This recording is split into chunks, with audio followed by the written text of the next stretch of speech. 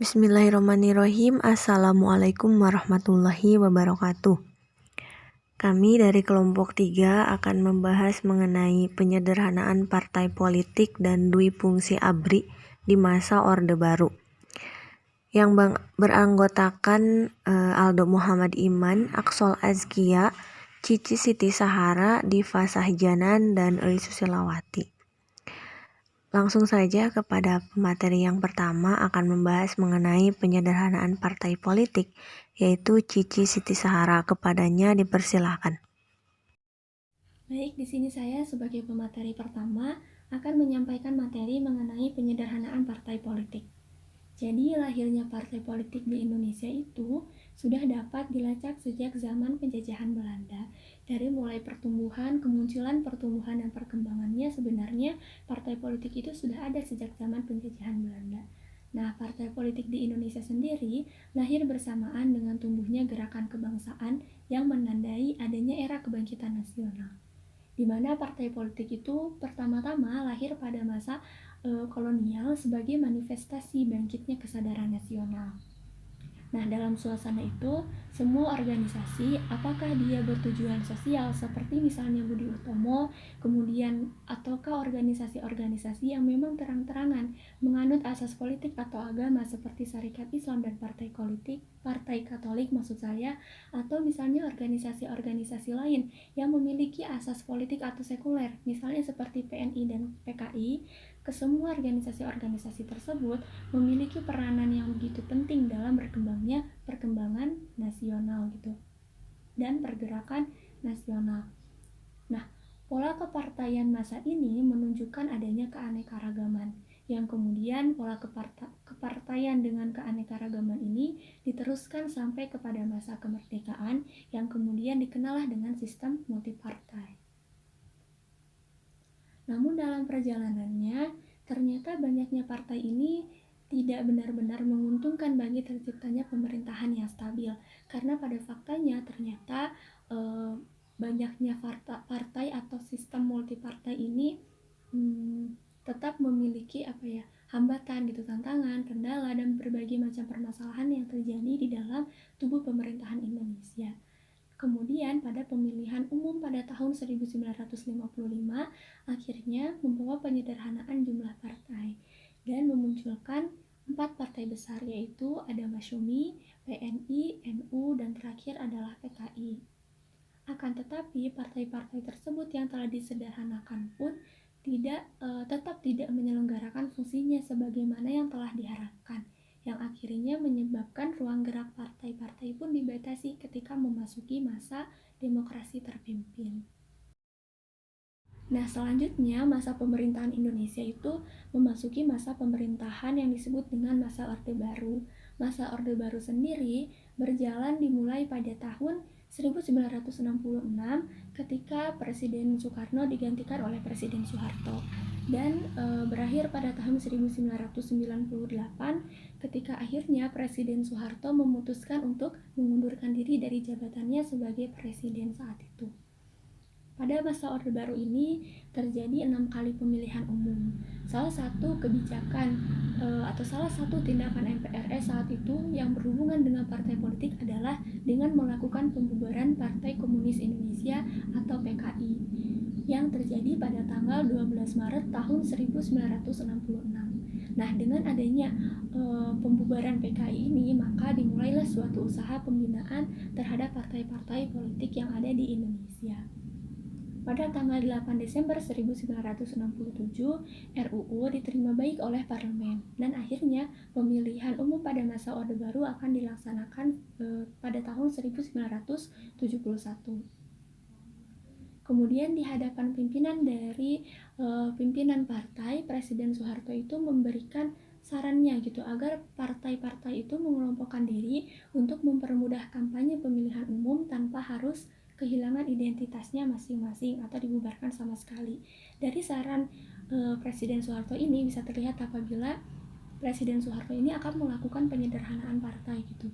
Nah, kemudian pada tanggal 20 Februari tahun 1968, sebagai langkah adanya peluburan dan penggabungan ormas Islam yang sudah ada tetapi memang belum tersalurkan aspirasinya, maka didirikanlah Parmusi atau Partai Muslimin Indonesia dengan masa pendukung dari Muhammadiyah, HMI, kemudian PUI, IPM, dan lain sebagainya.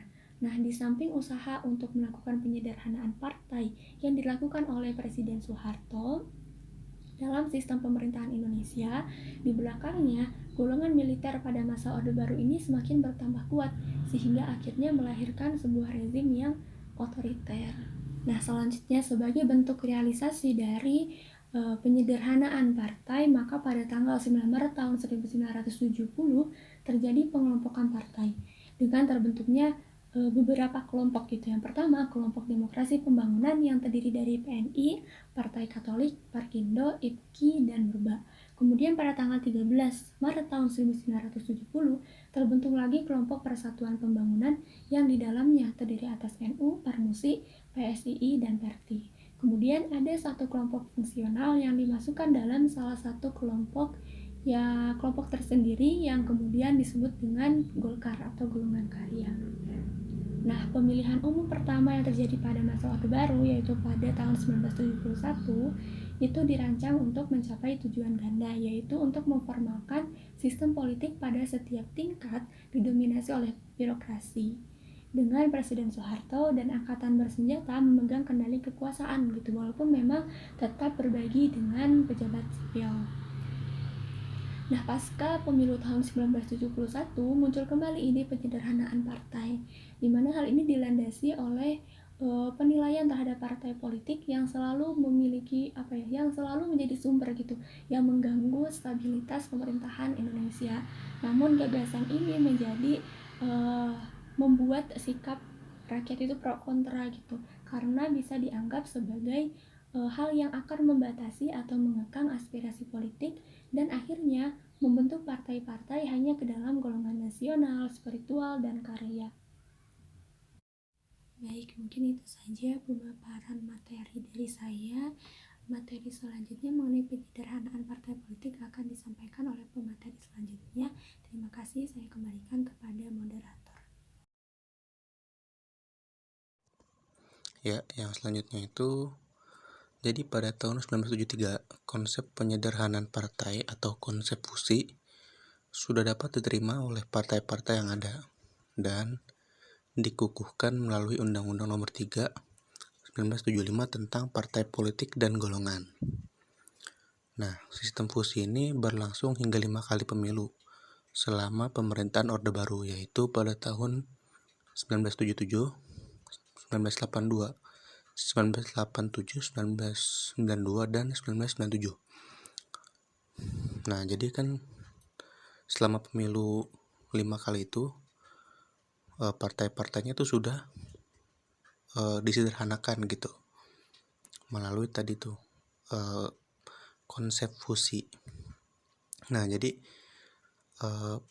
penyederhanaan itu menghasilkan 3 partai, yaitu Partai Persatuan Pembangunan atau PPP yang terdiri dari NU, Nahdlatul Ulama, Partai Muslimin Indonesia atau Parmusi, Persatuan Tarbiyah Islamiyah, dan Partai Sarekat Islam Indonesia. Kemudian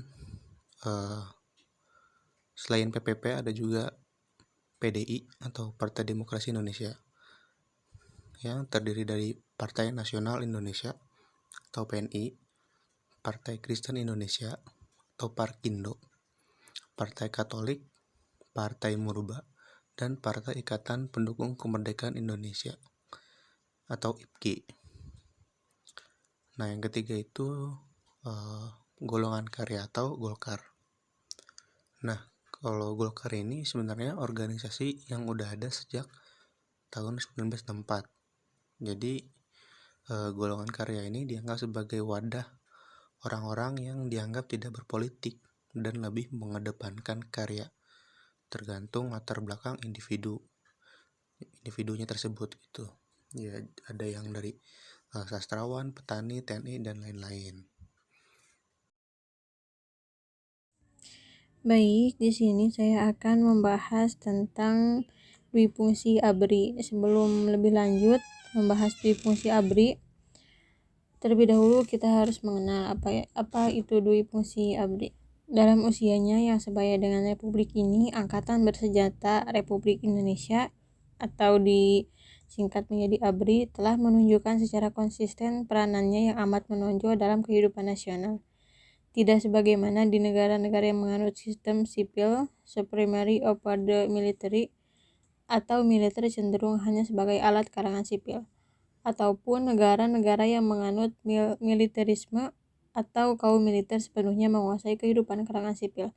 Maka ABRI ini telah menempatkan diri sebagai mitra dalam hubungannya dengan kalangan sipil untuk bersama-sama melaksanakan pembangunan nasional.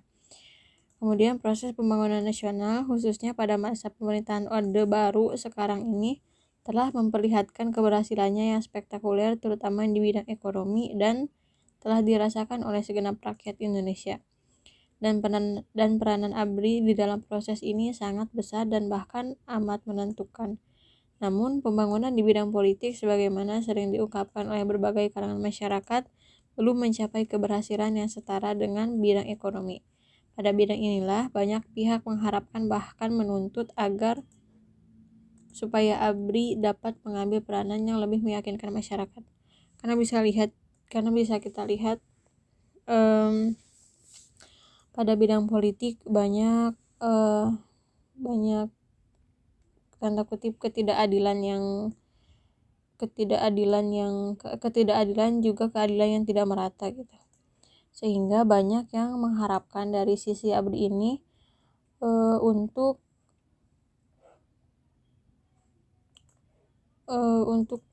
menjadi peranan yang lebih menertibkan masyarakat. Kemudian di fungsi ABRI ini sejak pemerintahan Orde Baru menjadi sebuah keterlibatan dalam bidang militer dan dalam berbagai kehidupan non-militer telah menjadi sebuah keharusan baik melalui doktrin peran sosial, politik, ABRI maupun dari ketentuan perundangan yang mendasarinya sampai ke implementasi strukturalnya. Kemudian pelembagaan di fungsi ABRI ini di era Soeharto merupakan bagian dari pelembagaan piramida Orde Baru yang mencakup seorang presiden dengan kekuasaan yang sangat dominan, angkatan bersenjata yang sangat aktif berpolitik, proses decision making yang berpusat pada birokrasi dan pola hubungan state society yang mengkombinasikan kooptasi responsitas dengan represi. Lanjut ke perkembangan di fungsi ABRI ini. Setelah melewati kurun waktu yang panjang sejak didirikannya, peranan yang dipunyai Tentara Nasional Indonesia atau TNI ini bukan hanya di bidang Hankam belaka, tetapi juga pada bidang sosial politik, budaya, atau bidang non-Hankam. Peran TNI atau ABRI tersebut disebut dengan konsep duifungsi ABRI. Konsep ini sendiri sebenarnya diartikan sebagai jiwa, tekad, dan semangat pengabdian ABRI memikul tugas dan tanggung jawab perjuangan bangsa Indonesia, baik di bidang pertahanan keamanan maupun di bidang kesejahteraan bangsa dalam rangka penciptaan tujuan nasional berdasarkan Pancasila dan UUD 1945. Kemudian sepanjang sejarah perkembangan duifungsi ABRI ini sejak masa awal revolusi menegakkan kemerdekaan hingga masa kini. Kita mengetahui perjalanan tersebut di atas begitu dinamisnya. Dalam kaitan ini, ABRI merupakan lembaga yang memiliki kemampuan khusus dan khas dalam posisi melakukan manajemen of violence dengan keteraturan organisasi dan dengan tradisi serta nilai-nilai kemiliteran modern. Dalam interaksinya dengan kelompok sipil, ABRI memiliki weight of power yang sangat besar. Barangkali karena karakteristik ABRI seperti ini, sekalipun kita memiliki konsep kemanunggalan ABRI rakyat, aktualisasi duifungsi ABRI tersebut kadangkala menimbulkan perasaan-perasaan tertentu pada kalangan sipil. Nah, tadi ada istilah weight of power Ini diambil dari bukunya Harold D. Laswell dan Abraham Kaplan. Ke slide selanjutnya, maka seperti yang tadi sudah dijelaskan pengertian dari ABRI. Kemudian dalam kerangka di fungsi ABRI, personil ABRI memiliki hak dan kewajiban pada bidang-bidang sosial, politik, dan ekonomi. Dan orang-orang sipil juga mempunyai hak dan kewajiban pada bidang hankam atau bela negara. ABRI atau TNI ini seperti warga sipil biasanya gitu, yang mereka juga memiliki hak dan kewajiban atas bidang sosial, kesosialan mereka, politik, dan juga ekonomi mereka. Kemudian orang-orang sipil yang bukan TNI juga mereka mempunyai hak dan kewajiban pada bidang hankam atau bela negara. Mungkin hanya itu yang dapat saya sampaikan. Terima kasih. Meneruskan penjelasan dari dui fungsi ABRI, di mana keterlibatan militer itu di dalam bidang-bidang non-hankam disebabkan oleh faktor-faktor, diantaranya faktor internal dan eksternal. Faktor internal terdiri dari atas nilai-nilai dan orientasi para perwira militer, baik secara individu maupun kelompok, dan kepentingan-kepentingan korps militer. Lalu selain dari faktor internal tadi, terdapat juga faktor eksternal seperti kondisi-kondisi sosial ekonomi, keadaan politik dalam negeri, dan faktor-faktor internasional yang dapat memperkuat kecenderungan militer untuk melakukan sebuah intervensi. Alhamdulillah, materi tentang penyederhanaan partai politik dan dui fungsi ABRI telah selesai. Maka dapat diambil kesimpulan bahwa masa Orde Baru membawa warna baru dalam kancah perpolitikan di Indonesia, khususnya dalam penyederhanaan partai, di mana di masa Orde Baru partai-partai itu dikerucutkan menjadi 3, yaitu partai yang kelompok spiritual, nasionalis, dan karya. Contohnya ada PPP, PDI, sama golongan karya. Selain dari penyederhanaan partai politik, pada masa Orde Baru pun diterapkan kebijakan tentang ABRI yang boleh memasuki dunia politik, sosial, dan budaya.